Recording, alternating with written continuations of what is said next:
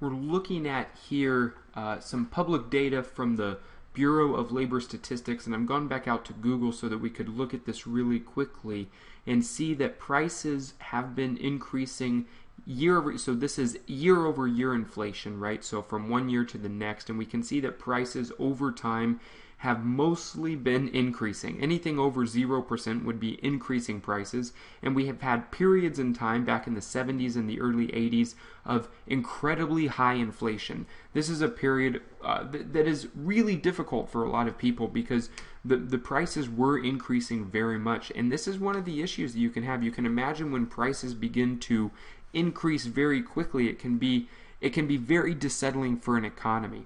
And we can see over here towards the basically 90s and 2000s, we've had relatively steady inflation between 2 and 4%, with just a small period of falling prices after the recession. So I wanted to give you a feel for what's been going on with prices over time, but also because it brings up an important point, which is if prices have been changing over time in general, and we know that that way back in time, the cost of a movie was much less, right? Maybe you paid $12 or $10 today, and prices were maybe $5 back in the 70s or 60s or something of that nature, right? The price of gas used to be less than $1, things of that nature. What we want to take into account, though, is the fact that prices have been increasing over time, and so we need to be able to compare things. We're going to use a movie example here, and what I've done is I've gone out to IMDb, and they've got a up-to-date list of USA box office, and I've ranked this based off of the total amount of money that these movies have made in American movie theaters. So this does not include Netflix or DVDs, rental fees, Redbox, anything like that. This is just how much they made in the movie theater itself. But what do we know, right? So like one of the things we can see is that Avatar is number one.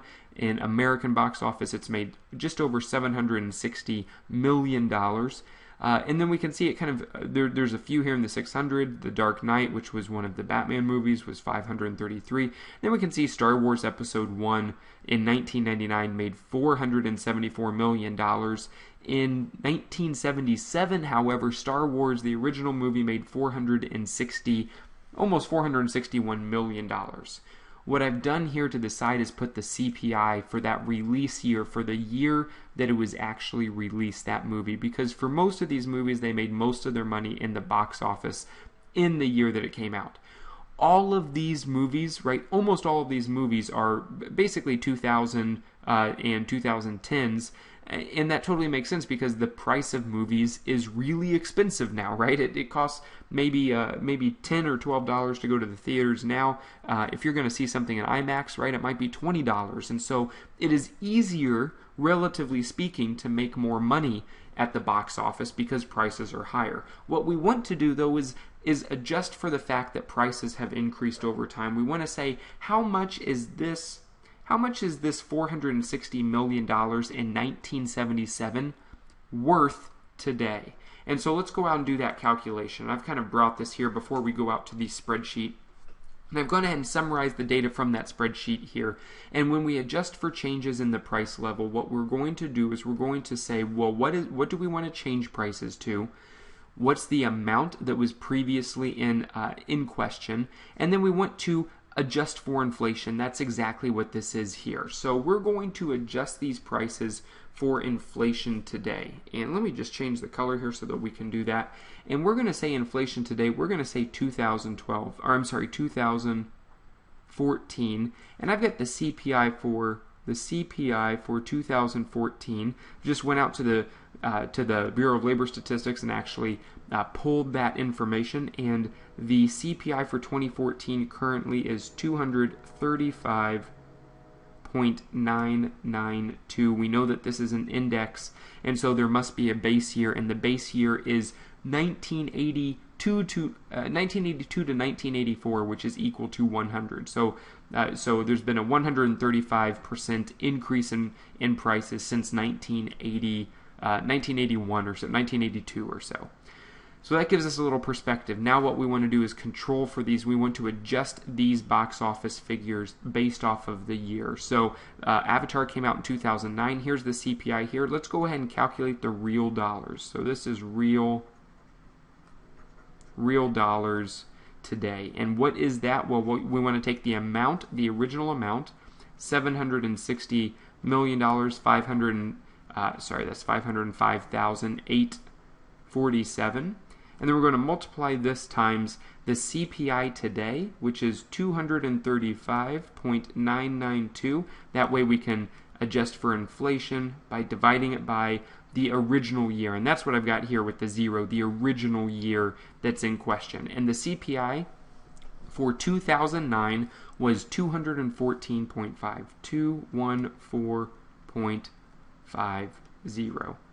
And so I'm just going to go to my calculator and I'm going to do that math here real quick. 760 million and change times 235.992 divided by 214.5, and I get 836,705,340 in 2014 dollars. This is how much Avatar made in the box office. Now let's go ahead and calculate this and let's look at it for Star Wars. And what would this be? Well, we can just do it the exact same way. It's going to be $460,935,665, which in 1977, almost $500 million was made off that movie. It was obviously a gigantic movie. And the CPI in today's dollars, obviously this would be the exact same, so 235.992 divided by the CPI in the original year in 1977, which was 60.60. And I take 235.992 divided by 60.60, multiplied by this 460 million, and I get 1,795,002,136. So we can see when we adjust for real dollars, when we adjust for today, when we take into account that prices have changed, Star Wars is in fact much larger. It made much more money than Avatar did at the United States box office. And that's probably exactly what you would expect. So now that we've calculated this, let's go out to the spreadsheet here real quick again.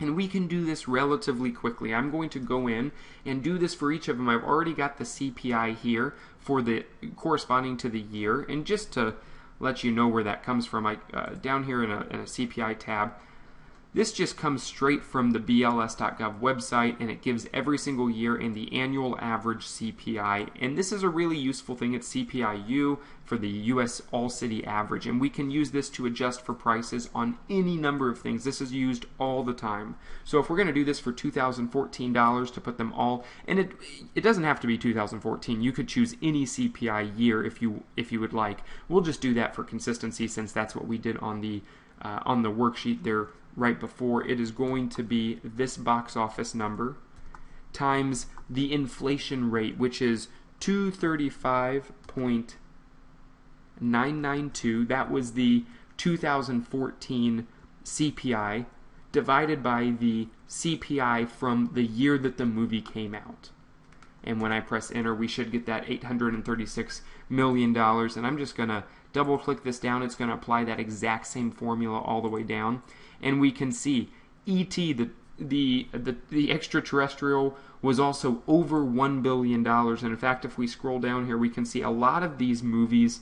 Here's another 1 billion, Jaws.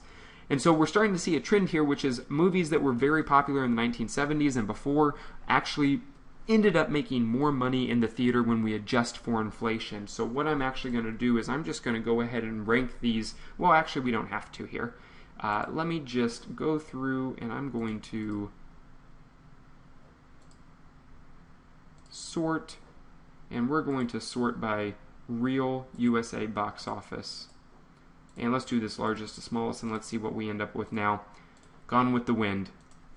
$3,372 million in 2014 dollars. This was a movie that originally came out in 1939 when everyone went to the movies. Snow White and the Seven Dwarfs comes in number 2 with this calculation. Star Wars ended up at number 3, and we can see this huge disparity between the top 2 movies in the 30s, right? Because when we adjust for inflation, in essence what it's doing is it's telling us how many people, right, how important that movie was at that time. It's one of these are some of the classics, and they're the classics for a reason. They were incredibly popular at the time. Let's see, we've also got Bambi, Sound of Music, 101 Dalmatians, Jaws, right? I mean, these are all older movies. Titanic is actually, I think, one of the more recent movies here, 1997, even not that much more recent. Avatar falls all the way down here to, I think, what does that look like? 14th. So Avatar, while it's number 1 in actual amount of money that was made, when we adjust for inflation, it's actually the 14th most popular movie. And so this always goes back to as well, what are you taking into account? We want to look at real dollar values. We want to adjust for inflation and for changes in price. I think it's a really cool use of this strategy, and it's used in business all the time.